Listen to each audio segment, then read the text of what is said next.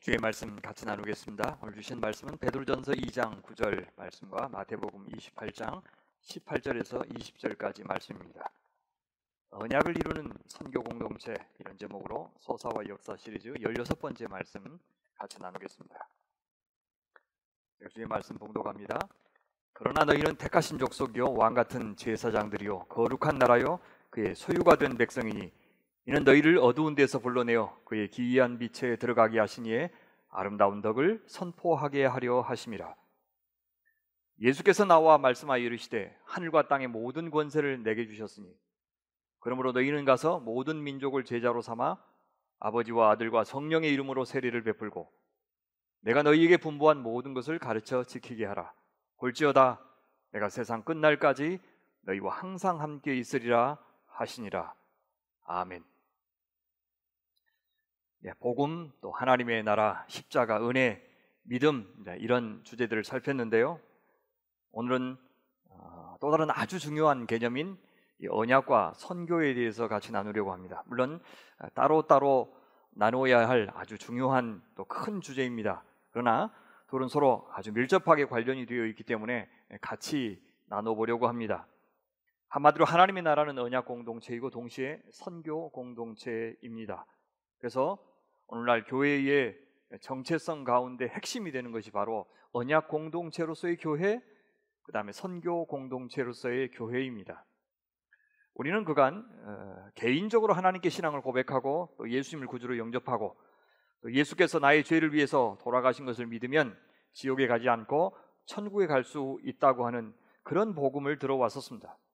그리고 그렇게 구원이 결정된 사람들이 죽기 전까지 혹은 예수님이 오시기 전까지 머물러 있는 곳이 교회라고 배웠습니다. 하지만 교회에 속하여 신앙생활하는 것보다 훨씬 더 중요한 것은 늘 개인적으로 신앙을 고백하는 것이고 또 개인적으로 구원의 확신을 갖는 것이다. 그렇게들 말해왔습니다. 왜냐하면 그것이 구원을 결정하기 때문입니다. 교회 생활이 구원을 결정하는 것이 아니라 그런 신앙 고백, 개인적인 고백이 구원을 결정하기 때문에 훨씬 영원 구원을 위해서는 그런 개인적인 고백이 중요하다고 배웠습니다. 그럼 교회는 왜 필요하다고 그동안 말해왔습니까? 대개 두 가지 이유를 제시했습니다. 첫째, 교회는 하나님께 예배하기 위해서 또 전도하기 위해서 존재하는 곳이다. 이제 그렇게 가르쳐 왔습니다. 자, 그렇게 되면 예배를 집정하고 또 전도를 기획하는 것이 목회자의 가장 중요한 사명이 될 것입니다. 또 그 예배에 더 많은 사람들이 가능하면 앉게 하면 그 목회자가 하나님 앞에 아주 크게 쓰임 받았다고 그런 평가를 받게 됩니다. 구원받은 사람들이 하나님께 예배하고 감사하기 위해서 교회는 존재한다고들 합니다. 또 쪽복음이라도 얼른 전해서 지금 죽으면 당장 지옥에 갈 사람들이 입술로 예수님을 시인하고 마음으로 영접하도록 전도하기 위해서 교회가 존재한다고들 했습니다. 그래서 교회는 오늘 당신이 죽으면 천국에 갈 것 같습니까? 라고 늘 질문합니다.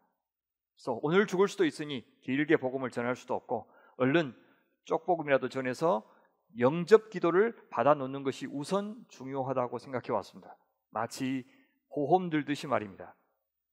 물론 저도 길게 복음을 가르치거나 설명할 수 없는 아주 긴박한 상황이 있을 수 있다고 생각합니다. 하지만 그렇게라도 고백을 하면 일단 구원의 문턱은 넘을 수 있고 그래서 안심해도 된다고 과연 성경 어디에서 가르치고 있는지 제 실력으로는 도통 찾을 수가 없습니다. 그래서 교회는 그동안 선교와 전도를 구분해 오기도 했습니다. 해외 나가서 전도하면 선교라고 부르고 국내에서 복음을 전하면 전도라고 불렀습니다. 하지만 이 선교라고 하는 것이 교회를 세우는 일이라는 개념은 그렇게 크게 강조되지 않았습니다. 그래서 선교사님들도 교회가 무엇인지를 충분히 배우기 전에 공동체가 무엇인지를 알기 전에 열정을 가지고 선교지에 나가서 전도를 했고 또 사람들이 모이면 건물을 짓고 또 전도하고 그렇게 했습니다. 사실 그런 점에서 국내냐 국외냐만 다를 뿐 국내 전도나 국외 전도가 크게 다르지 않았습니다. 교회가 하는 여러 가지 일들 가운데 하나로 선교나 전도가 있다고 생각했고 단지 말로 복음을 전하고 혹은 이 문서 가지고 안 믿는 사람들에게 복음을 전하는 것, 그것이 선교고 전도라고 주로 정의해 왔습니다. 자, 두 번째 교회가 존재하는 이유가 무엇이라고 생각했느냐면 상급이나 또 교인들의 성화를 위해서 교회는 존재한다. 그렇게 생각해 왔습니다. 교회에서 직분을 맡아서 열심히 예배에 참여하고 또 섬기고 봉사하고 더 많이 전도하면 더 성숙한 그리스도인이라고 인정을 받았고, 그렇게 주님을 위해서 애쓰고 수고하면 하나님께서 이 세상에서 그리고 나중에 죽은 다음에 저 천국에서도 큰 상급을 주신다고 그렇게 교회는 가르쳐 왔습니다. 그것도 차등하여 상급이 정해진다고 그렇게 배웠습니다. 그런데 그렇다고 해서 성화나 봉사나 교회 생활이 우리의 구원을 이루는데 필수적인 것이라고 가르치지는 않았습니다. 구원은, 칭의는 은혜로 받고 믿음으로 받는 것이지 우리의 선한 행위나 봉사나 섬김으로 받는 것이 아니기 때문입니다. 그렇게 교회 생활 열심히 하는 것으로 구원을 받는다고 생각하면 율법주의나 공로주의라고 비판했습니다. 그러니까 교회는 다니면 좋고 가능하면 주일 성수와 새벽 예배까지 빠지지 않으면 더 좋고, 교회 안에서 전도하고 열심히 봉사하는 것은 참 좋은 일이지만 그것은 구원을 위해서 반드시 필요한 것은 아니고, 이 땅에서 우리가 받는 축복, 또 우리가 아니면 자녀들이 받는 축복에 도움이 된다고 생각했고, 죽은 다음에는 저 천국에서 더 큰 상급을 넣는데 좋은 일이라고 그렇게 가르쳐 왔습니다. 그런데 이런 식으로 교회를 이해하고 이런 식으로 선교를 이해하는 것이 과연 성경적일까요? 물론 구원을 개인적으로 이해하면 자연스럽게 이런 논리적인 결론에 이를 수가 있습니다. 하지만 만약에 구원을 우리가 그동안 다시 한번 살펴봤던 하나님 나라 중심의 복음으로 이해한다면 우리는 구원이나 교회를 또 혹은 선교를 그런 식으로 볼 수 없다는 것을 알게 될 것입니다. 교회와 구원이 매우 밀접하게 관련이 있고 교회의 가장 중요한 사명이 선교라는 것도 알게 될 것이고, 또 선교라는 것이 전도와 다르지 않는다는 것도 알게 될 것이고, 또 말이나 글로 복음의 내용을 전하거나 가르치는 일이 선교의 전부가 아니라는 것도 알게 될 것입니다. 그런데 말입니다, 이 복음과 또 교회와 선교와 구원에 대한 올바른 이해의 출발은 사실 언약에 대한 올바른 이해에서 비롯됩니다. 언약의 성격을 제대로 이해할 때 우리는 논리적으로 복음과 구원, 교회와 선교의 개념도 바르게 정립할 수 있다는 뜻입니다. 언약이란 무엇입니까? 언약을 다른 말로 하면 약속, 그렇게 바꿀 수가 있습니다. 두 당사자 사이에 언약을 맺음으로써 서로를 향하여 무언가 약속하는 것입니다. 언약을 통해서, 약속을 통해서 이 당사자 사이에는 이전에 없었던 어떤 새로운 관계가 형성됩니다. 한 관계 안에 들어가는 순간 우리는 상대방에 대해서 어떤 의무를 갖게 됩니다. 또 상대방으로부터 무언가를 받을 수 있는 자격, 특권을 얻게 됩니다. 서로 의무를 잘 지키면 지킬수록 둘 사이에서 아주 풍성한 혜택을 누리게 됩니다. 그것이 정신적인 혜택일 수도 있고 혹은 물질적인 혜택일 수도 있습니다. 하나님께서 우리를 창조하시고 이 세상을 창조하신 사건은 없던 존재를 만든 사건이면서 동시에 한 관계를 만든 사건이었습니다. 왜냐하면 하나님께서 우리를 자유의지를 가진 인격체로 지으셨기 때문입니다.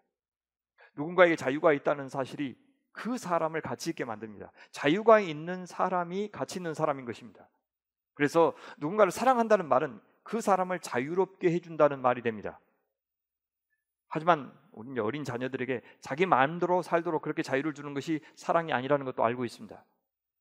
자녀들이 앞으로 자신에게 주어진 자유를 잘 사용할 수 있도록 양육하는 것이 사랑이고, 또 다른 사람의 자유를 존중하고 지켜줄 수 있는 사람으로 양육하고, 또 부당하게 자유가 억압받는 것을 보면 가만히 있지 않고 자기의 자유뿐만 아니라 타인의 자유를 위해서도 예술 줄 아는 사람으로 양육하는 것이 올바르게 사랑하는 것입니다. 그렇게 누군가의 자유를 위해서 애쓰는 사람을 정의와 공의의 사람이라고 부릅니다. 정의와 공의의 사람이 곧 타인의 자유를 위해서 사는 사랑의 사람인 것입니다. 여러분, 정의롭지 못하고 공의롭지 못하면서 어떻게 사랑할 수 있겠습니까?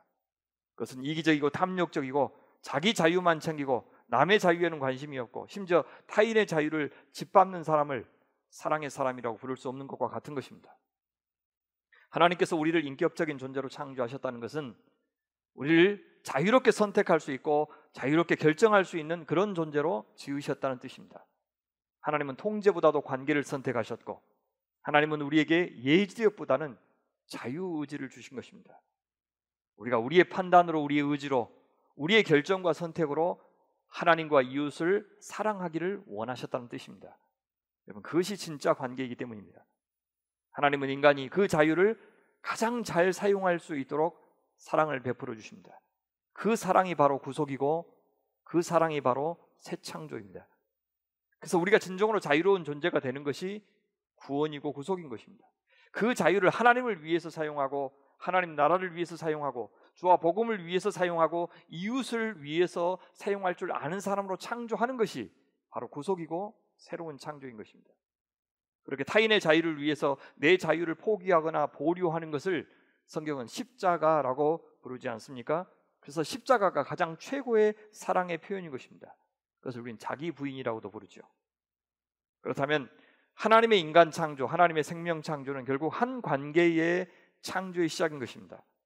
세상에는 수도 없이 많은 종류의 관계들이 있습니다. 그런데 하나님은 인간을 창조하시면서 어떤 종류의 관계를 맺기를 원하셨을까요? 하나님은 우리가 어떤 존재가 되기를 원하셨고 또 우리는 하나님께 어떤 존재가 되기를 기대하였을까요? 그것은 우리 인간, 우리 피조물과 토론해서 하나님께서 결정하실 일이 아닙니다. 그것은 창조주 하나님께서만 정하실 수가 있습니다. 그래야 하나님이 가장 하나님다우시고 인간은 가장 인간다울 수 있습니다. 그래야 하나님과 인간 사이의 그 관계를 통해서 가장 아름다운 생명이 나올 수가 있습니다. 하나님께서 가장 자유로우시고 동시에 인간이 가장 자유로울 수 있는 길을 하나님만이 아십니다. 하나님이 인간의 자유를 위해서 자신의 자유를 기꺼이 포기하시고 인간이 하나님의 자유를 위해서 자신의 자유를 기꺼이 포기하는 참으로 멋진 자기 부인의 사랑이 존재하는 관계가 그때 이루어지는 것입니다. 그렇게 존재를 만끽할 수 있는 존재 방식을 하나님께서 정하셨는데 그것이 바로 하나님의 창조 사건입니다. 그렇게 하나님께서 창조하신 관계의 종류를 언약이라고 부르는 것입니다. 인간이 자기 마음대로 하나님께서 좋아하실 만한 일이라고 생각해서 뭔가를 해드린다고 해서 하나님께 좋은 것이 아닙니다. 모든 재산을 다 갖다 바치고 시간을 다 갖다 바치고 모든 관계를 다 희생하면서까지 하나님을 위해서 산다고 해도 심지어 자녀의 목숨을 내어준다고 해도 하나님은 그것을 자기를 향한 사랑이라고 생각하지 않으십니다. 심지어 자기 목숨을 내어준다 할지라도 그것이 늘 하나님께 대한 사랑이 되는 것도 아닙니다. 하나님께서 원하시는 삶의 방식, 하나님께서 알려주신 존재 방식, 하나님께서 가르쳐주신 관계 방식을 따르지 않으면 그것은 사랑이 아닌 것입니다. 그래서 하나님과 우리 사이에 존재하는 이 언약, 이 관계 맺기 방식을 우리가 잘 모른다면 우리는 한 인간으로 인간답게 제대로 살 수가 없는 겁니다. 법을 모르고서 법을 지킬 수 없는 것과 같습니다. 결코 인간은 처음부터 우리가 이룬 것, 우리가 소유하는 것을 갖고 있는 것만으로 행복할 수 없도록 지음받았습니다. 왜냐하면 우리가 하나님께서 정해주신 대로 관계를 맺지 않는 한 우리는 하나님과 아무 상관이 없는 사람, 그래서 사실상 생명이 없는, 생명을 누리지 못하는 그런 존재가 될 것이기 때문입니다. 그럼 우리와 하나님 간에 어떤 종류의 관계를 맺을 것인지, 어떻게 우리가 하나님을 대하고 우리가 이웃을 대하고 우리가 다른 생명을 대하는 것이 진정으로 생명이 되는지를 하나님은 이미 알고 계셨습니다. 왜요? 삼위 하나님께서 이미 그것을 경험하고 계셨기 때문입니다. 결국 생명이 되고 복이 되는 존재 방식, 관계 맺기 방식은 하나님의 존재 방식입니다. 하나님과 다른 삼위 하나님 사이의 관계 맺기 방식이 반영 우리의 관계의 원형이 되는 것입니다. 삼위 하나님께서는 세 분이 분명히 구분되는 각각의 인격을 갖고 계시지만 세 분은 동시에 사랑으로 연합되어 계십니다. 우리는 이것을 삼위일체라고 부릅니다.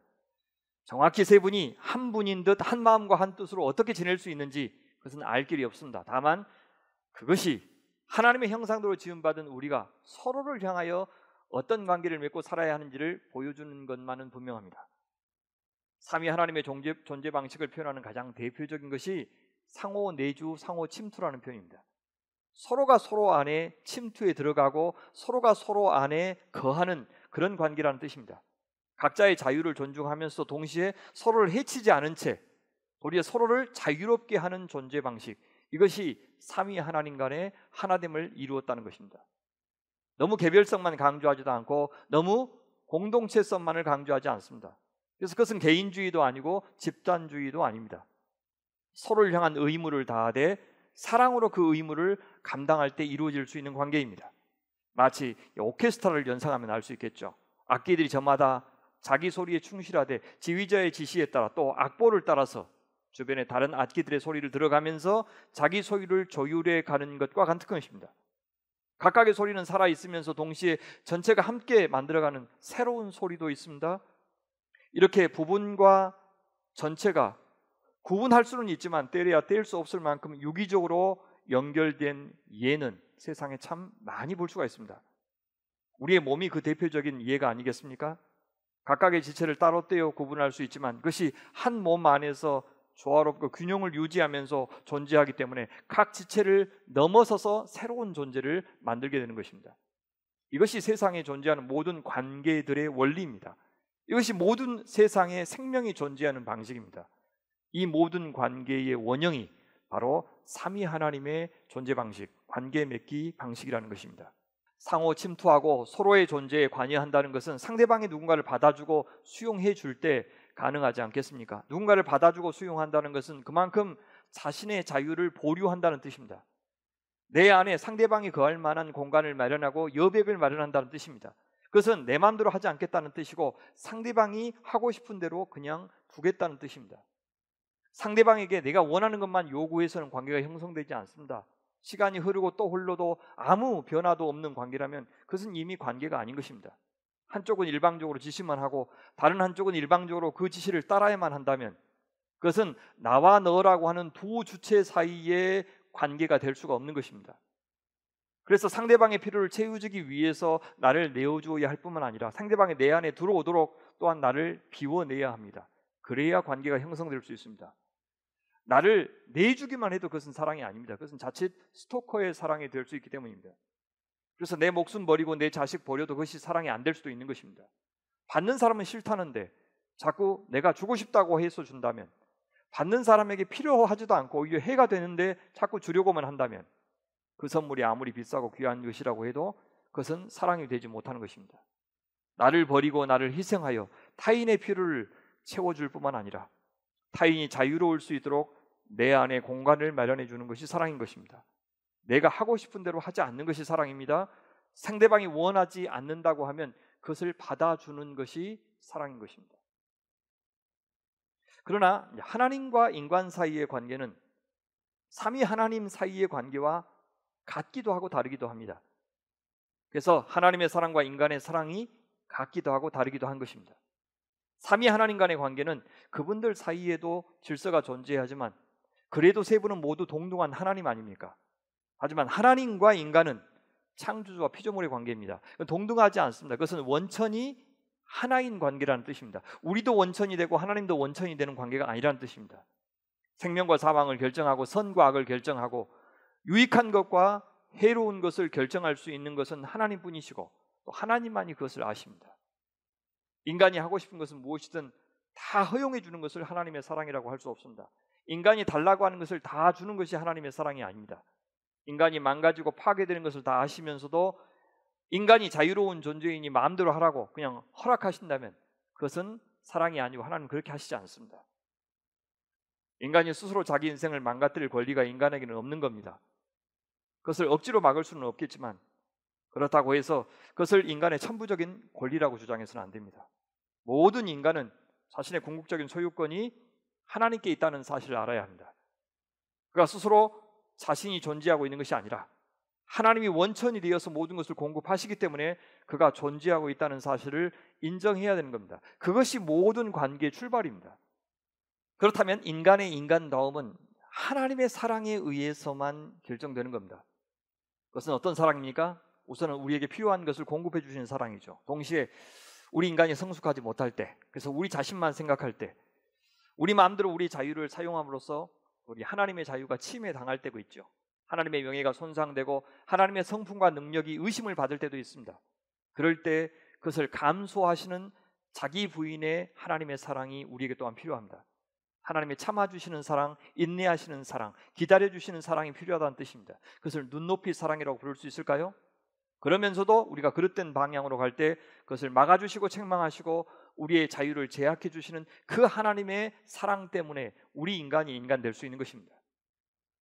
특히 우리를 자유의지를 가진 인격적인 존재로 상대하시기 위해서 하나님께서 하시는 그 자기 부인의 사랑, 그것을 뒤로 물러남의 사랑, 이렇게 부르기도 합니다. 사랑은 내가 앞서가면서 무조건 따라오라고 하는 것이 아닙니다. 옆에 나란히 걷는 것만으로도 참 아름답지만 진정으로 상대방에게 자유를 주고 여백을 주고 그들의 존재감을 인정해주고 그를 현상시켜주는 것은 한 발 뒤로 물러날 때 가능합니다. 서로가 서로에게 한 발 뒤로 물러가는 태도로 대할 때 어느새 두 사람은 나란히 걷고 있을 겁니다. 근데 처음부터 평등을 추구하면 늘 다른 사람이 나보다 더 많이 누리는 것 같고 늘 불공평하고 불평등하게 느껴질 것입니다. 우리가 페미니즘보다 휴머니즘을 추구해야 되는 이유가 여기 있는 것입니다. 물론 가부장적인 문화가 너무 심해서 너무 운동장이 기울어진 곳에서는 때로는 여성해방운동, 노동해방운동 같은 구호가 잠시는 유익할 수 있을지 모르지만 결국 남성이 여성을 섬기고 여성이 남성을 섬기는 상호 자기 부인과 상호 인정을 추구하지 않는다면 결코 남녀 평등이라고 하는 이상은 성취될 수 없고 가진 자와 못 가진 자, 지배자와 피지배자의 갈등은 계속 끊이지 않게 될 것입니다. 하나님께서 우리에게 베풀어 주신 사랑이 바로 이 뒤로 물러남의 사랑입니다. 사실 하나님께서 우리 생명의 기원이 되시고 그 생명을 유지해 주시는 유일한 분 아닙니까? 그분이 처음부터 끝까지 우리의 생명의 원천이 되십니다. 하지만 하나님은 마치 우리와 똑같은 사람이라도 된 듯이 우리를 상대해 주셨습니다. 도대체 얼마나 우리의 자유를 참아 주셨는지 우리는 그것을 헤아릴 수가 없습니다. 하나님의 사랑을 헤아릴 수 없다, 하나님의 은혜를 헤아릴 수 없다는 말은 우리를 향한 하나님의 인내, 오래 참으심의 정도를 헤아릴 수 없다는 뜻입니다. 우리에게 베푸신, 우리에게 공급하신 그 것들을 우리가 헤아릴 수 없다는 말도 되는 것입니다. 그분의 사랑은 하나님 자신의 능력을 사용하시는 것으로 드러났을 뿐만 아니라 그 하나님의 능력을 다 사용하지 않는 것으로도 드러났습니다. 하나님이 친히 무능하고 무관심하고 연약해 보이는 모습으로, 친히 수치를 당하는 모습으로 자기 능력을 사용하지 않는 방식으로도 우리를 사랑하신 겁니다. 그래서 구약학자 라벤스는 이렇게 말합니다. 하나님의 전능성은 모든 인간의 악행을 즉각 중단시키는 전능성이 아니라 악에 의해 상처받고 망가지는 것을 견디는 전능성이다. 하나님의 전능성은 인간의 순종을 통하여 완성되며 하나님의 절대 주권도 인간의 자발적이고 협력적인 복종에 의해서 완전해지는 겸손한 절대 주권이다. 그렇게 말합니다. 구약 성경을 보면 실제 하나님이 참으로 무력하게 보일 때가 있지 않습니까? 또 정의롭지 않게 보일 때도 있고 악에 대해서 방관하게 보일 때도 있고 의인들의 고통에 대해서 무관심한 듯 그렇게 여겨질 때도 있습니다. 속 시원하게 일하지 않으시고 결과가 즉각 나타나지도 않습니다. 하나님의 능력에 대한 기대가 있는 우리에게는 참 답답하기 그지없을 때가 있습니다. 그런데 그렇게 무능하게 보이는 만큼 하나님은 우리에게 자유를 주고 계시는 겁니다.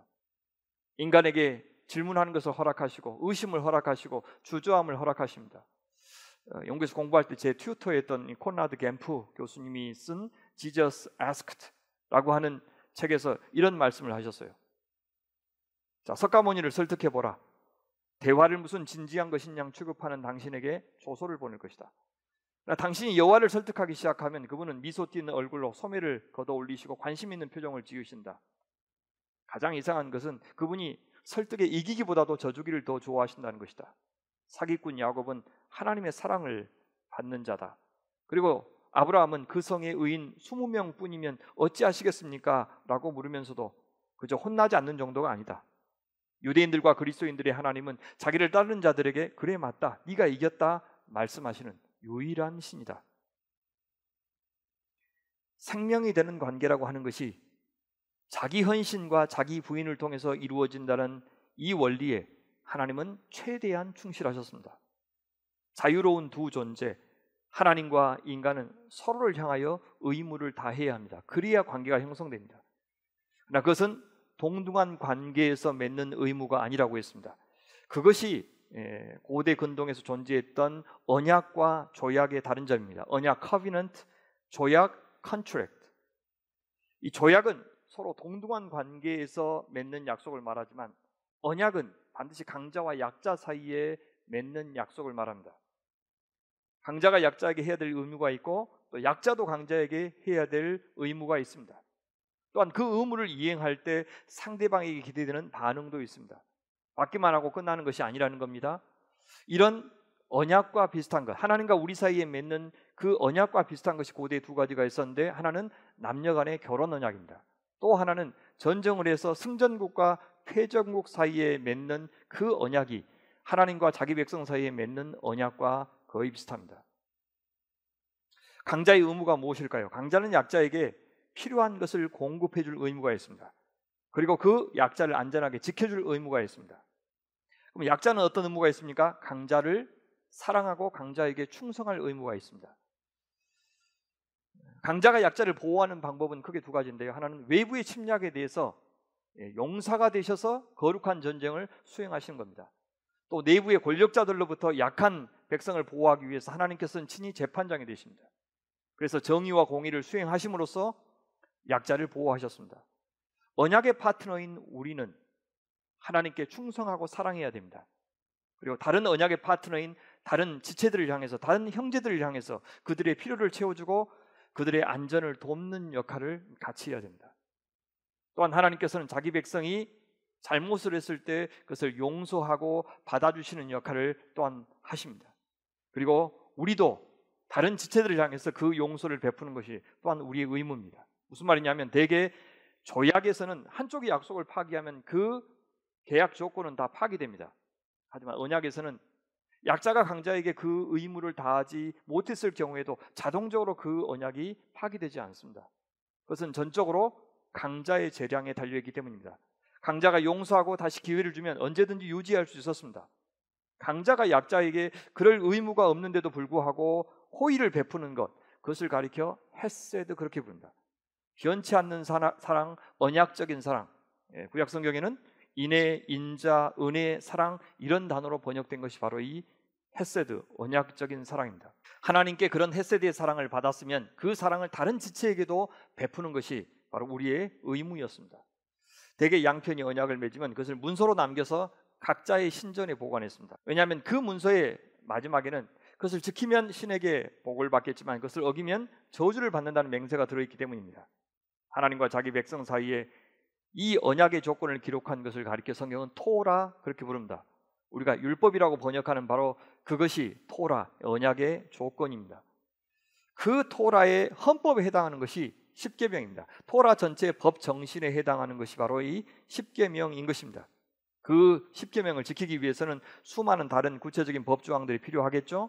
가령 도둑질하지 말라라고 하는 이 십계명을 지키려면 어떤 것이 도둑질이고 또 무엇을 훔쳤을 때는 얼마만큼의 형벌을 내려야 하는지를 정하는 그런 법이 있겠죠. 또 피해를 줬을 때는 얼마만큼의 보상을 해줘야 되는지를 언급하고 있는 법들이 따로 나와 있는 것입니다. 더 나아가서 도둑질을 할 필요가 없을 만큼 약자들이 궁지에 몰리지 않도록 그 사회는 어떻게 구휼 제도를 마련해야 되는지에 대한 또 구체적인 법들도 따로 존재했습니다. 이 모든 것들이 바로 토라입니다. 그렇게 서로 토라의 근거에서, 언약의 조건의 근거에서 약속을 잘 지키는 그 상태를 가리켜서 의, righteousness, 그렇게 부릅니다. 하나님이 의롭다고 할 때는 하나님께서 약속을 잘 지키시는 분이다, 그런 뜻이고, 우리가 의롭다, 우리가 의인이다 라고 하는 뜻은 우리도 그 하나님의 말씀에 잘 순종하여 약속을 잘 지키는 사람이라는 뜻입니다. 그것은 단지 법조문을 문자 그대로 이행한다는 의미보다 훨씬 더 큰 뜻입니다. 그것은 관계 용어입니다. 언약 관계에 충실하여 하나님께 충성과 사랑을 보여준다 라고 하는 뜻이 바로 의롭다는 말의 뜻입니다. 하나님과 좋은 관계를 맺는다는 뜻입니다. 그렇게 의롭다고 할 만큼 언약의 상대에게 충실한 그런 행동 혹은 마음가짐, 이것을 가리켜 뭐라고 부르냐? 믿음이라고 부릅니다. 그러니까 믿음의 사람들이 있는 곳에 의로운 관계가 있는 것입니다. 그러니까 믿음은 시키는 대로 하는 것이 아닙니다. 그건 철저히 관계적인 용어입니다. 고마워서 잘하는 것이 믿음이고 사랑해서 잘하는 것이 믿음입니다. 하나님을 신뢰해서 잘하는 것, 순종하는 것이 바로 믿음입니다. 하나님의 하나님 되심과 그분이 원하시는 우리의 모습을 수용하고 따르는 것, 그것을 가리켜 믿음이라고 합니다. 그분이 시키는 것을 행하는 문제에서 더 나아가서 나의 파트너인 그 하나님에게 어울리게 그분을 대접하는 것, 그것을 가리켜 믿음이라고 부릅니다. 그렇게 믿음은 철저히 관계적이고 언약적인 개념인 것입니다. 그래서 지난 시간에 우리는 그 믿음을 충성 혹은 신실함이라고 번역해야 한다고 했습니다. 그렇게 그분에게 충성하고 사랑하며 살 때 저절로 나타나는 또 하나의 결과가 거룩함입니다. 그러니까 믿음을 지키면서 살 때 나타나는 한 결과가 의라면 다른 결과는 거룩함인 것입니다. 이 거룩이라고 하는 것은 하나님께만 배타적으로 속하여 존재한다는 의미입니다. 거룩함도 관계적인 개념인 것이죠. 우리를 부정하게 만들고 속되게 만드는 것은 어떤 물질이 아닙니다. 손상된 관계입니다. 거룩할 때 우리는 하나님과 더욱 생명력 있고 역동적인 교제를 나눌 수가 있습니다.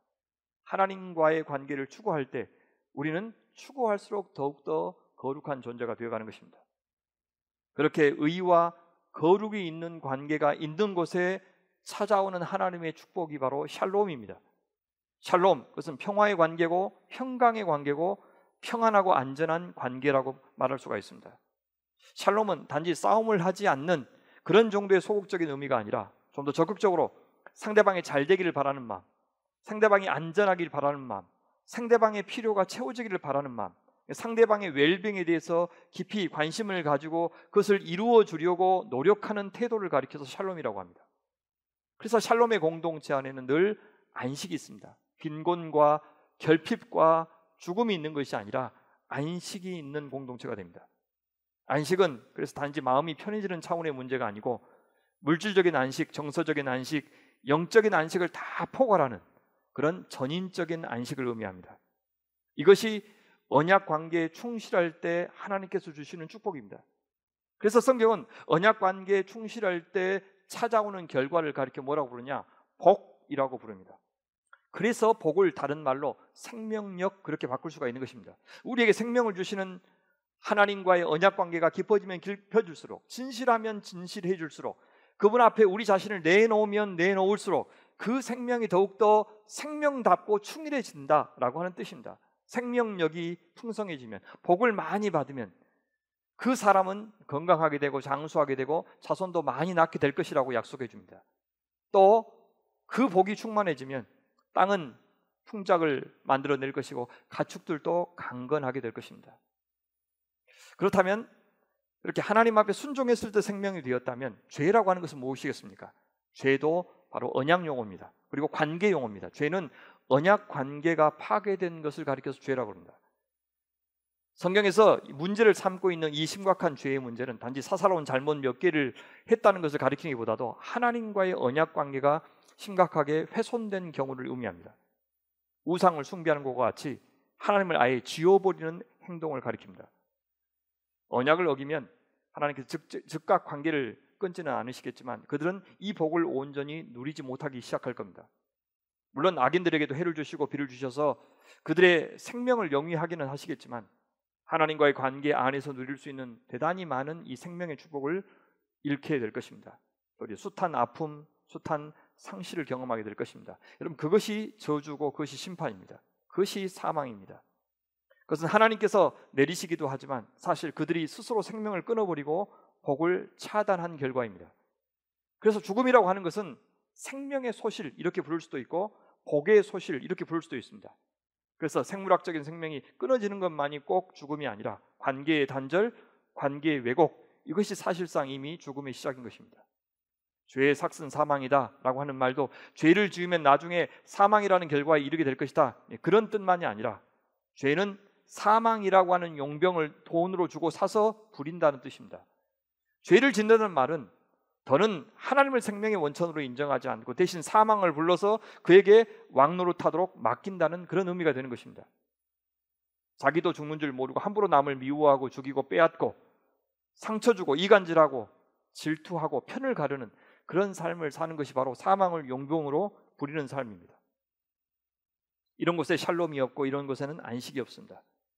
이것은 하나님과의 관계를 끊고 약속을 어긴 불의이기 때문입니다. 이건 거룩하지 않는 삶이기 때문입니다.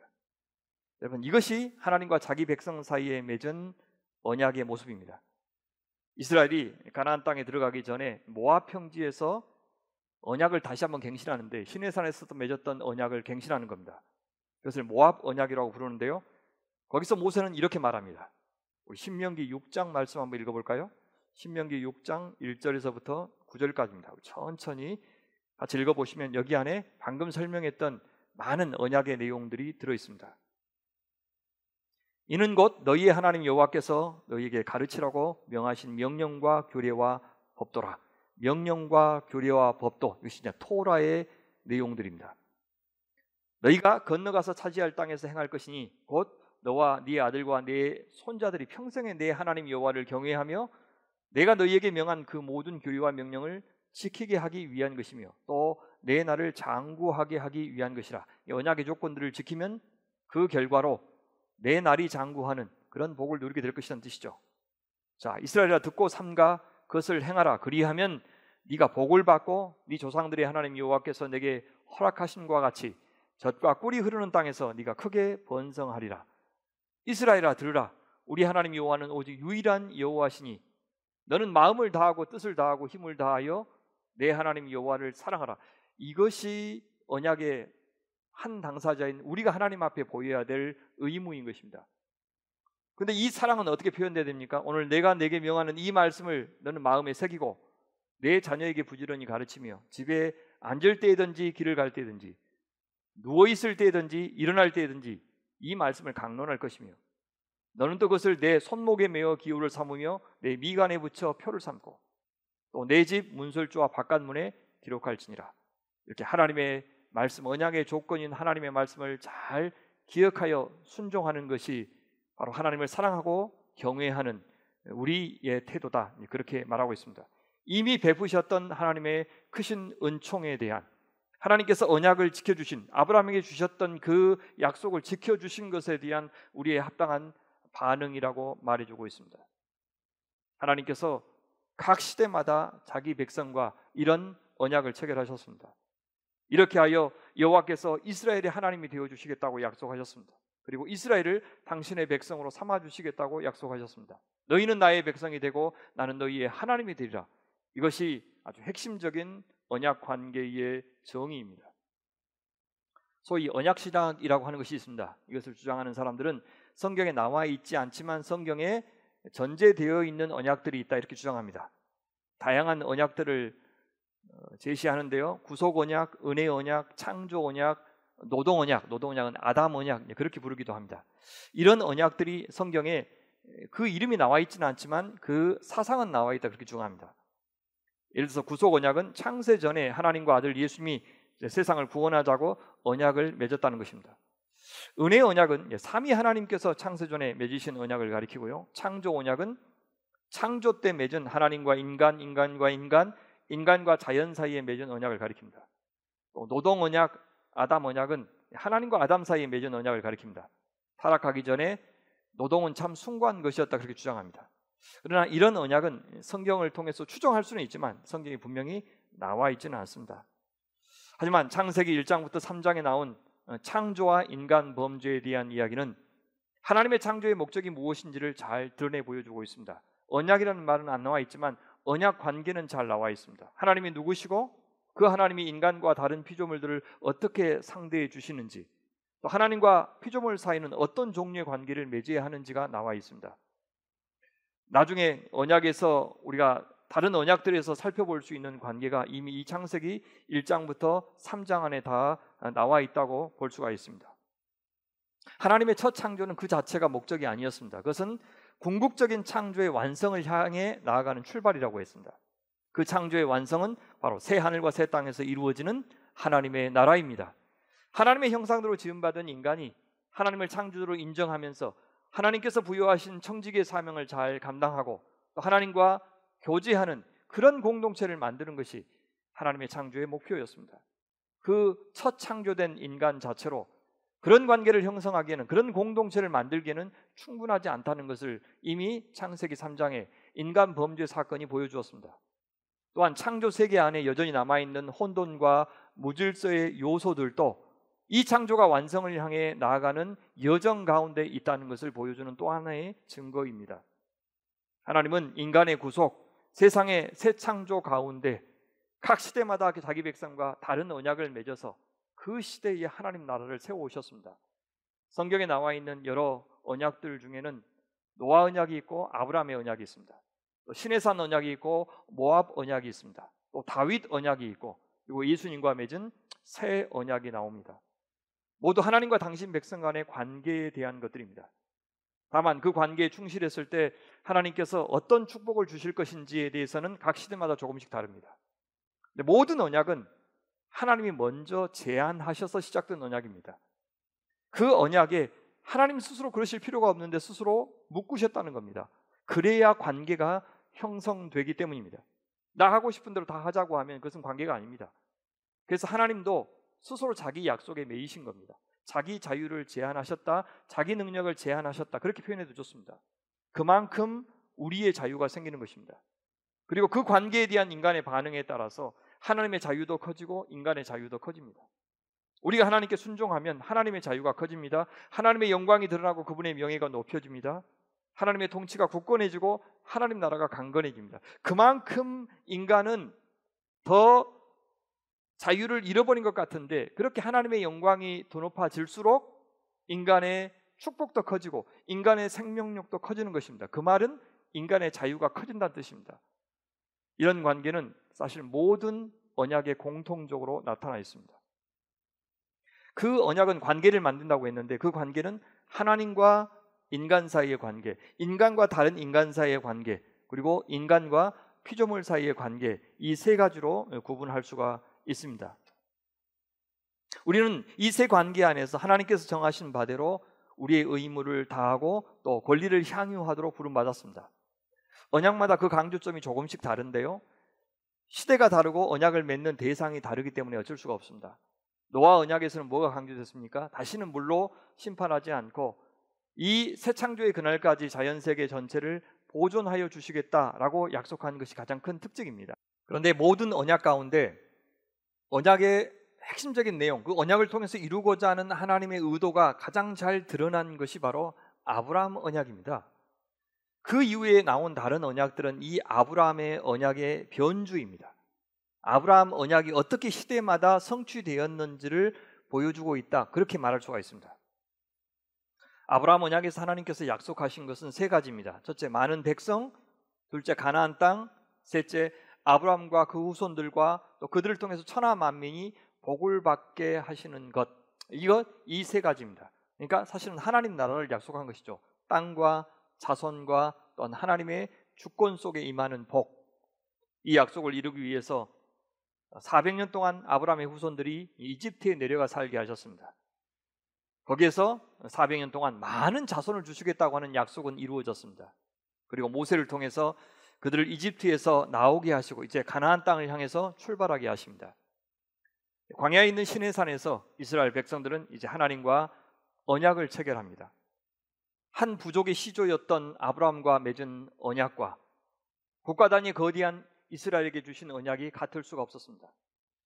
아브라함과 맺은 언약은 주로 하나님이 아브라함에게 하실 약속을 강조하고 있지만, 시내산에서 맺은 언약은 하나님께서 이미 지키신 그 언약에 대해서 이스라엘이 어떻게 반응해야 하는지를 강조합니다.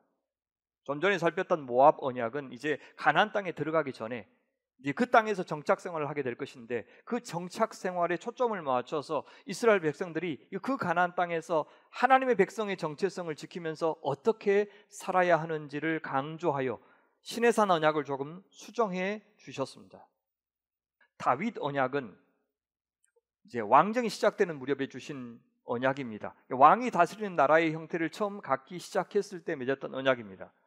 여기서는 다시 하나님이 하실 일이 다윗이나 그 이후에 그 후손들이 하나님께 보일 반응보다도 훨씬 더 강조되고 있습니다. 하나님께서 친히 왕이 되시겠다, 하나님께서 하나님 나라를 친히 세우시고 책임져 주시겠다라고 하는 약속이 강조되었습니다. 하지만 당연히 모든 왕들은 하나님만을 진정한 왕으로 삼아 주의 말씀에 충성해야 되고 또 자기 백성들을 형제로 사랑해야 하는 그런 의무가 주어졌습니다. 하지만 이스라엘의 왕들은 하나님과 맺은 언약에 충실하지 않았어요. 대신 우상을 선택했고 주변의 강대국을 의지했습니다. 또 같은 자기 백성들, 자기 형제들을 억압하고 착취하였습니다. 사실상 하나님을 믿는 나라라고 볼 수 없을 만큼 그들은 타락했습니다. 수없이 선지자들을 통해서 회개를 촉구했고 징계했고 기다려 주셨지만 그들은 철저히 하나님을 무시했고 업신여겼고 또 하나님의 존재감을 지워버렸습니다. 그래서 결국 하나님은 그 이스라엘을 이방 우상의 나라들에 넘겨버리셨습니다. 그렇더라도 하나님의 하나님 나라 계획, 창조의 계획은 변함이 없습니다. 이 세상을 물로 심판하지 않으시고 보존하시겠다는 약속도 변함이 없습니다. 천하 만민을 복되게 하시겠다는 약속도 여전히 기억하고 계셨고, 다윗의 나라가 영원할 것이라는 약속도 여전했습니다. 그 모든 약속을 아브라함의 후손, 다윗의 후손 메시아를 통해서 이루시겠다고 약속하십니다. 그 메시아의 나라는 하나님과 그 메시아 사이에 맺은 언약의 나라입니다. 그 메시아를 인정하고 복종하는 자들은 그 메시아가 하나님과 맺은 새 언약의 축복 속에 거하게 될 것이라고 약속하셨습니다. 이 하나님과 메시아 간의 언약, 메시아 안에서 하나님의 백성과 하나님 사이에 맺은 언약을 가리켜 새 언약이라고 부릅니다. 이 새 언약에는 그 옛 언약, 이전까지 존재했던 모든 언약들에는 없는 세 가지 특징이 있습니다. 첫째, 새 언약 시대는 당신의 백성들에게 사죄의 은총이 주어질 것이라고 약속합니다. 그것은 이전에 맺었던 관계와 전혀 다른 종류의 관계를 맺을 것이라는 그런 약속입니다. 그 말은 죄책이 제거되는 문제가 아니라 새로운 관계 속으로 그들을 품어주고 그들을 용서하시고 또한 그들과 새로운 종류의 관계를 맺게 하시겠다는 약속입니다. 둘째, 새 언약 시대는 이제 성령이 소수의 지도자들에게만 임하는 것이 아니라 모든 믿는 자들에게 임할 것입니다. 그 성령을 통해서 하나님의 말씀이 성도들의 삶에 구현되는 역사가 있을 것이다, 이렇게 약속합니다. 셋째, 새 언약 시대는 이제는 하나님의 백성의 범위가 넓어질 겁니다. 이방에게로, 천하 만민에게로 그 복음이 확장될 것을 약속하고 있습니다. 그 새 언약 시대의 끝에 새 하늘과 새 땅이 있을 겁니다. 사람만이 아니라 모든 생명 있는 피조물들이 다 함께 영광스러운 회복을 경험하게 될 것이라고 약속해 주고 있습니다. 그럼 누가 새 언약 백성, 누가 하나님의 백성으로 합당합니까?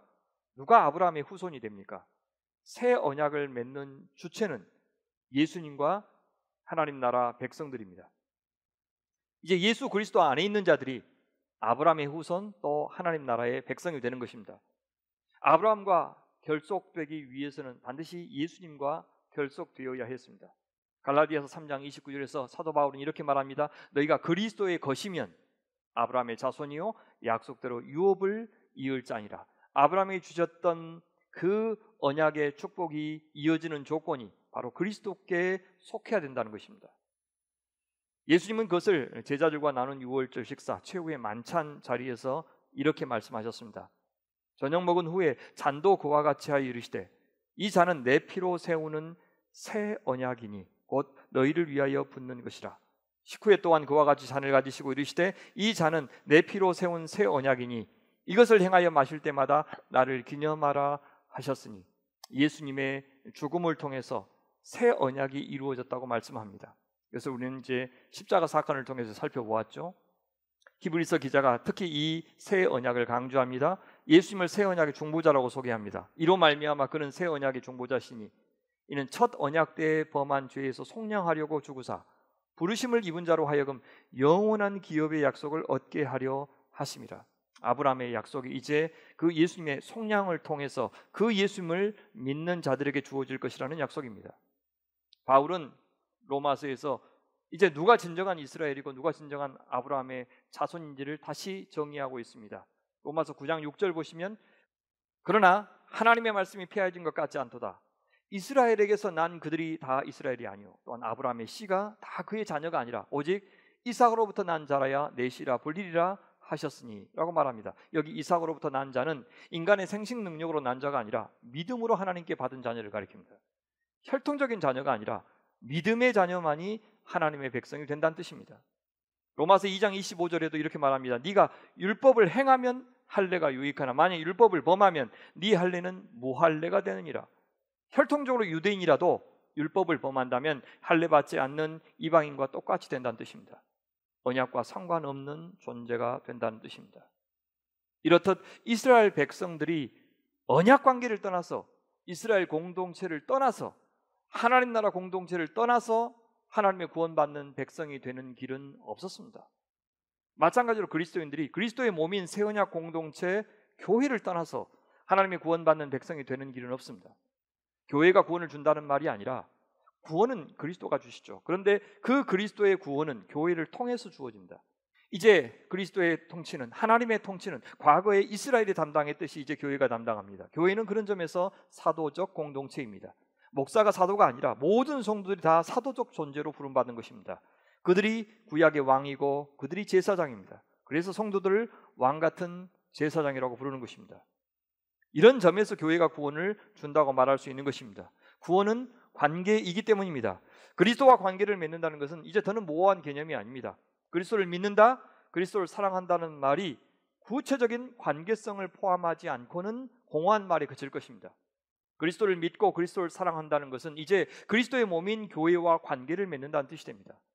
이제 그리스도를 섬기고 그리스도 예수님을 사랑한다는 것은 그분께서 사랑하시는 사람과 그분께서 사랑하시는 세상을 섬기고 사랑한다는 뜻입니다. 따라서 그리스도의 몸인 공동체 안에서, 그리고 그 공동체와 함께 세상을 사랑하면서 우리가 살아갈 때 우리는 구원에 지금 참여하는 사람이 되는 것입니다. 하나님 나라에 그런 식으로 하나님의 교회를 통해서 진행되는 하나님 나라의 삶에 참여하지 않고는 그것은 구원이 없는 것이기 때문입니다. 그렇게 그리스도의 말씀에 순종하고 그리스도의 나라에 충성하는 것을 믿음이라고 부른다 했습니다. 그 믿음은 반드시 사랑으로 표현됩니다. 믿음이 관계이기 때문입니다. 그래서 의에 이르는 참된 믿음을 말할 때 사도 바울은 이렇게 말합니다. 우리가 성령으로 믿음을 따라 의의 소망을 기다리노니 그리스도 예수 안에서는 할례나 무할례나 효력이 없으되 사랑으로서 역사하는 믿음뿐이니라. 사랑으로서 역사하는 믿음, 사랑으로 표현되는 믿음이 진정으로 그리스도께 충성하고 그리스도께 신실한 믿음, 관계적인 믿음인 것입니다. 그 신실한 믿음의 삶이 우리를 새 언약 관계 안에서 의롭다함을 얻게 하는 믿음이라고 이야기합니다. 오늘뿐만 아니라 장래에도 의롭게 우리를 만들어주는 그 믿음은 사랑으로서 역사하는 믿음이다. 그렇게 사도는 말씀하십니다. 이렇듯 언약은 우리의 구원이 얼마나 관계적인지를 보여줍니다. 관계적이기 때문에 한 번에 다 결정될 수 없고 늘 그 관계를 유지하고 또 그 관계가 깊어지도록 애를 써야 한다는 것도 보여줍니다. 구원이 관계적이기 때문에 개인적으로 하나님과 혹은 예수님과의 관계에 충실한 것도 중요하지만 그것은 그리스도의 몸인 공동체 안에서 한 지체로서 다른 작은 예수들인 성도들을 섬기고 사랑하는 것이 참으로 중요하다는 것도 보여줍니다. 더구나 언약은 늘 세상을 향해 있습니다. 그래서 세상을 향한 하나님이 주신 사명, 즉 청지기의 사명과 증인의 사명을 감당하면서 사는 것과 구원은 참으로 밀접한 관련이 있는 것입니다. 아브라함의 후손 이스라엘이 존재했던 이유, 그 존재의 목적의 핵심에 바로 이 청지기의 사명과 증인의 사명이 있었습니다. 그들은 하나님을 대신해서 이 피조 세계를 하나님의 뜻대로 경영해야 했습니다. 그것이 바로 청지기직 혹은 왕직입니다. 또한 그들은 그들의 삶의 방식을 통해서 하나님의 살아계심을 세상 앞에 증명하고 하나님의 통치가 가져다주는 축복을 세상 앞에 보여주어야 합니다. 그리고 세상에게 그 축복을 나누어 주어야 합니다. 그리하여 그들이 여호와 하나님 앞으로 나올 수 있도록 해야 됩니다. 그것이 바로 증인의 사명 혹은 제사장의 사명입니다. 그런 점에서 선교는 교회가 하는 여러 가지 사역들 가운데 하나일 수가 없습니다. 선교는 우리를 구원으로 부르신 목적이고 선교는 우리가 존재하는 방식이어야 하는 것입니다. 예배하는 것도 말씀에 순종하는 것도 교회 안에서 하는 모든 것들도 사실 선교적인 일이 되어야 한다는 뜻입니다. 그래서 교회를 선교하는 교회라고 말하지 않고 선교적 교회, 미셔널 처치라고 부르는 것입니다. 선교하는 교회라는 말이 틀려서가 아닙니다. 다만 선교를 교회가 하는 여러 사역 가운데 하나로 제한시키기 때문에 적절하지 않다고 보는 것입니다. 그러나 선교적 교회라는 표현은 교회가 모일 때나 흩어질 때나 그들이 존재하는 것 자체만으로 이미 선교하고 있는 공동체라고 하는 뜻입니다. 단지 말이나 전도지를 통해서 복음의 내용을 누군가에게 설명할 때나 혹은 교회가 해외로 선교사를 보내고 후원하는 일만이 선교가 아니라 교회가 운영되는 방식, 또 목회자와 성도가 관계를 맺는 방식, 성도들이 가정과 세상에서 살아가는 삶, 그리하여 하나님의 백성으로서 주 예수 그리스도의 통치를 받고 사는 모든 삶이 사실상 선교라고 하는 뜻에서 우리 미셔널 처치라고 부르는 것입니다. 따라서 선교적 교회가 아니면 참 교회가 아니라고도 말할 수 있습니다. 아무리 선교사를 많이 보내고 전도대를 만들어서 활발하게 거리 전도, 축호 전도, 병원 전도를 하고 총동원 전도주의를 해서 많은 사람을 초청한다 할지라도 성도들이 하나님의 말씀을 따라서 또 하나님의 가치관대로 살아가도록 가르치지 않는다면, 양육하지 않는다면, 교회가 하나님의 말씀을 따라서 세상과 전혀 다른 방식으로 관계를 맺으며 존재하지 않는다면 우리는 그것을 참다운 교회, 선교적 교회라고 부를 수가 없는 겁니다. 교회가 영혼 구원에 박차를 가하면서도 불의하고 불공정하고 불공평한 이 세상의 행태에 대해서 침묵하거나 그 세력들이 자신들에게 세상적인 혜택을 많이 준다고 하여 도리어 그들에게 동조한다면 우리는 참교회, 선교적 교회라고 부를 수가 없는 것입니다. 그간 선교의 역사를 보면 이런 복음과 하나님 나라의 관점에서, 그리고 언약의 관점에서 선교를 충분히 이해하지 못했습니다. 그래서 선교사들이 제국주의적인 침략자들의 배를 타고 선교지에 당도했습니다. 그래서 그 나라를 식민지로 만들어서 문명화시키는 것과 복음을 전하는 일을 같이 했습니다. 선교사들은 제국주의의 부당한 침략과 찬탈에 대해서 전혀 이의를 제기하지 않았습니다.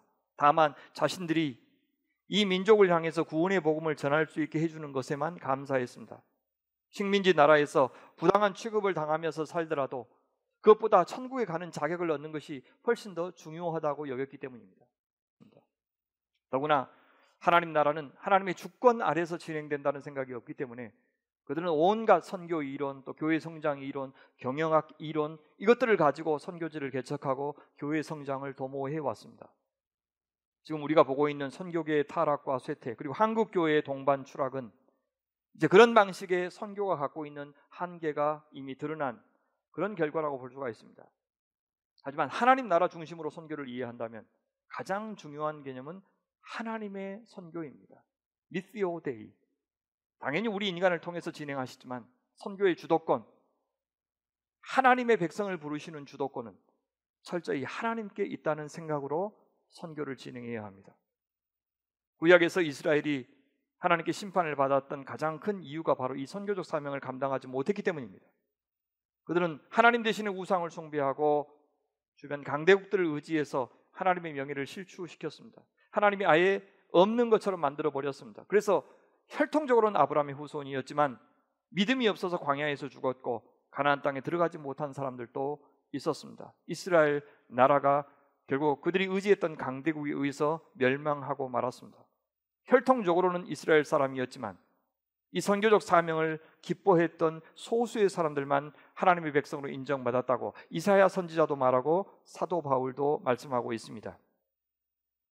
이사야서 10장 22절에 보면 이스라엘이여 내 백성이 바다의 모래 같을지라도 남은 자만 돌아오리니 넘치는 공의로 파멸이 작정되었음이라 라고 말합니다. 이 이사야서 10장 22절 말씀을 로마서 9장에서 사도 바울은 인용하여 다음과 같이 말씀합니다. 또한 영광 받기로 예비하신 바 긍휼의 그릇에 대하여 그 영광의 풍성함을 알게 하고자 하셨을지라도 무슨 말을 하리요? 이 그릇은 우리니 곧 유대인 중에서뿐 아니라 이방인 중에서도 부르신 자니라. 호세아의 글에도 이르기를 내가 내 백성 아닌 자를 내 백성이라 사랑하지 아니한 자를 사랑한 자라 부르리라. 너희는 내 백성이 아니라 한 그곳에서 그들이 살아계신 하나님의 아들이라 일컬음을 받으리라 함과 같으니라. 또 이사야가 이스라엘에 관하여 외치되 이스라엘 자손들의 수가 비록 바다의 모래 같을지라도 남은 자만 구원을 받으리니 주께서 땅 위에서 그 말씀을 이루고 속히 시행하시리라 하셨느니라. 하나님의 백성 아니었던 이스라엘 백성들 하나님의 백성으로 만드시고 도리어 바다의 모래와 같이 수많은 이스라엘 백성, 혈통적인 아브라함의 후손들 가운데서는 남은 자만 구원을 받을 것이다. 그렇게 말씀하고 있는 겁니다. 여기 내 백성이 바다의 모래 같을지라도 라고 하는 표현은 아브라함에게 주셨던 언약을 떠올리는 표현입니다. 그 약속이 정말 의미하였던 것이 무엇이라는 겁니까? 단지 많은 수의 자손을 주시겠다는 약속이 아니었고 믿음의 자손을 주시겠다는 약속이라는 뜻이었음을 보여줍니다. 여기 남은 자가 바로 끝까지 믿음을 지킨 자, 끝까지 하나님 편에 선 자를 가리키기 때문입니다. 결국 유대인의 멸망은 이방인들에게도 경고의 역할이 될 것이라고 사도 바울은 말합니다. 그러니까 이방인들도 끝까지 믿음을 지키지 않으면 저 유대인들처럼 될 것이라고 이렇게 경고합니다. 하나님이 원가지들도 아끼지 아니하셨은즉 너도 아끼지 아니하시리라. 그러므로 하나님의 인자하심과 준엄하심을 보라. 넘어지는 자들에게도 준엄하심이 있으니 너희가 만일 하나님의 인자하심에 머물러 있으면 그 인자가 너희에게 있으리라. 그렇지 않으면 너도 찍히는 바 되리라. 이 선교적 사명을 망각한 채 이방인들이 살아간다면 저 유대인들과 똑같이 찍히게 될 것이라고 말합니다. 교회는 단지 예수 믿는 신자들의 집합이 아닙니다. 아브라함에게 주셨던 언약의 축복을 받는 공동체이고 그 축복이 실행되도록 먼저 부름받은 공동체입니다. 하나님의 언약 공동체의 일원이 되었다는 것은 이제 자신들만 누리고 있는 이 복, 하나님 나라 백성이 된 이 복을 천하 만민이 누리게 하는 역할을 감당하는 공동체로 부름받았다는 뜻입니다. 하나님이 아브라함에게 주신 땅의 약속은 이제 눈에 보이는 부동산이 아니라 믿음의 자녀들이 살고 있는 이 세상 전체가 하나님께서 당신의 축복을 누릴 수 있도록 우리에게 주신 땅인 겁니다. 우리 소유의 등기로 되어 있는 땅이 없을지라도 이 세상에서 하나님은 당신의 백성들이 다 복을 누릴 수 있도록 해주시는 겁니다. 지금도 여전히 사탄이 지배하고 어둠의 세력들이 다스리고 있는 땅이지만 예수 그리스도를 왕으로 섬기는 빛의 자녀들을 통해서 이 땅은 하나님의 통치권을 증명해 보이는 영역이 될 것입니다. 바로 그런 이유로 우리 그리스도인들은 세상에 하나님의 정의와 공의를 이루기 위해서 애써야 하는 것이고 그것을 선교라고 부를 수 있는 겁니다. 우리가 해외 선교사님들은 물론이고 언론단체, 교회개혁단체, 통일운동단체 그리고 경제정의를 실천하는 단체, 평화운동을 하는 단체에도 후원을 하는 이유가 바로 여러 땅, 여러 영역에서 하나님 나라 운동을 그들이 전개하고 있기 때문입니다. 사도 바울은 창세기 17장 8절에 나온 땅을 향한 아브라함에게 주신 그 약속을 인용하면서 이렇게 표현하고 있습니다. 아브라함이나 그 후손에게 세상의 상속자가 되리라고 하신 언약은 율법으로 말미암은 것이 아니요 오직 믿음의 의로 말미암은 것이니라. 이 땅을 세상이라고 바꾸어 번역하고 있습니다. 세상의 상속자다. 당연히 이제 하나님의 새 언약 공동체는 남녀차별이나 인종차별, 부와 사회적 지위를 가지고 그렇게 나누는 그런 차별이 조금 더 허용될 수 없는 공동체가 된 것입니다. 그 자체로 정하고 부정한 기준이 사라졌습니다. 하나님께서 베드로에게 보여주신 환상, 정한 동물과 부정한 동물을 보여주시고는 부정한 동물을 먹으라고 명령하셨던 그 보자기 환상을 통해서 이제 새로운 시대가 도래했다는 것을 알게 하셨습니다. 그 결과 베드로가 찾아가 하나님의 백성으로 받아준 사람이 바로 이방인 로마의 백부장 고넬료였습니다. 사도행전을 보면 스데반의 설교 역시 하나님의 언약이 처음부터 온 세상 모든 사람을 차별 없이 지향하고 있었다는 것을 보여주었습니다. 그는 하나님께서 갈디아 우리에 있는 아브라함에게 나타나셨고 또 이집트에도 나타나셨다는 사실을 강조합니다. 이것은 하나님이 거기 임재하셨다는 뜻이고 바로 그곳이 바로 하나님의 성전이었다는 뜻도 되기 때문에 유대인들에게는 큰 충격이 되었을 겁니다. 하나님께서 구약에서 이스라엘을 향해서 가서 복음을 전하라고 명령한 곳은 거의 없습니다. 요나서가 거의 유일한 예외라고 할 수 있습니다. 다만 하나님께서는 그들에게 되라고 요구하셨습니다. 가라고 말씀하지 않고 되라고 요구하셨습니다. 어떤 존재가요?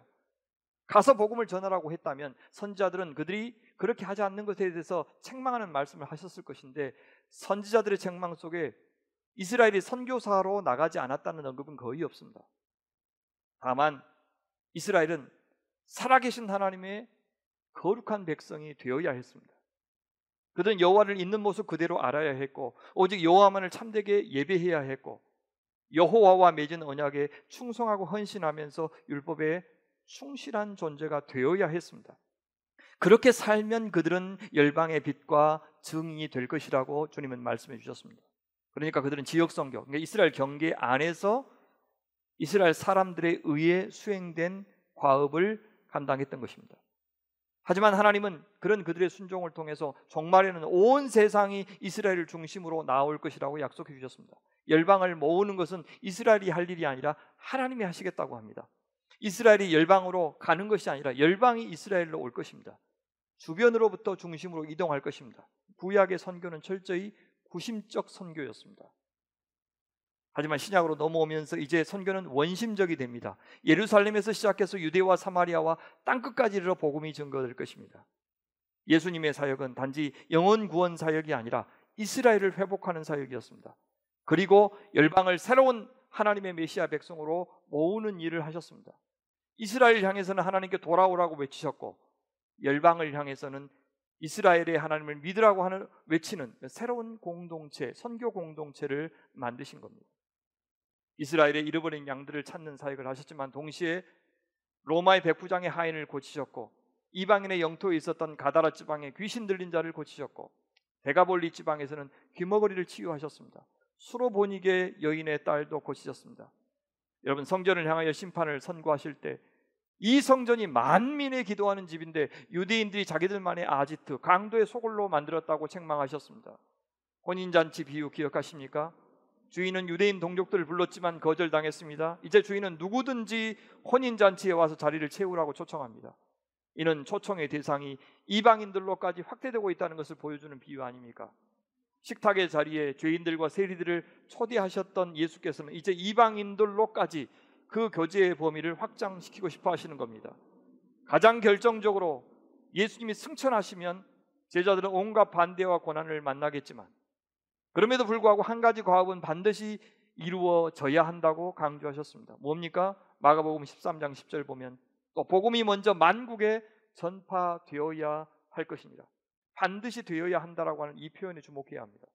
만방에 하나님의 구원을 알리는 하나님의 선교는 반드시 이루어져야 하는 일이다 라고 말씀하고 있는 겁니다. 이것이 바로 제자들에게 주셨던 마지막 사명과 관련이 있습니다. 예수께서 나와 말씀하여 이르시되 하늘과 땅의 모든 권세를 내게 주셨으니 하나님께서 아들에게 이제 이 세상의 왕으로 세워주셨다 그 말이죠. 그러므로 왕인 내가 이제 신하인 백성인 너희들에게 명령한다. 너희들의 사명이 뭐냐? 너희는 가서 모든 민족을 제자로 삼아라.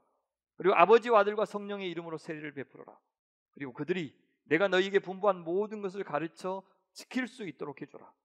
볼지어다 내가 세상 끝날까지 너희와 항상 함께 있으리라. 너희가 하고 있는 그 일을 내가 도와줄 것이다. 이렇게 말씀하십니다. 이것은 단지 해외에 나가서 전도하라는 명령만이 아닙니다. 이것은 창조의 목적을 이루는 일이고 언약을 이루는 일이었습니다. 온 땅 곳곳마다 하나님 나라가 임하게 하고 하나님의 통치가 구현되게 하라는 명령입니다. 주님께서 항상 함께 하시겠다고 하는 약속은 성전의 약속입니다. 복음이 증거되고 세례받고 하나님의 말씀하신 것이 준수되는 백성이 있는 곳에 그리스도의 몸도 있고 성전도 있을 것이라는 뜻입니다.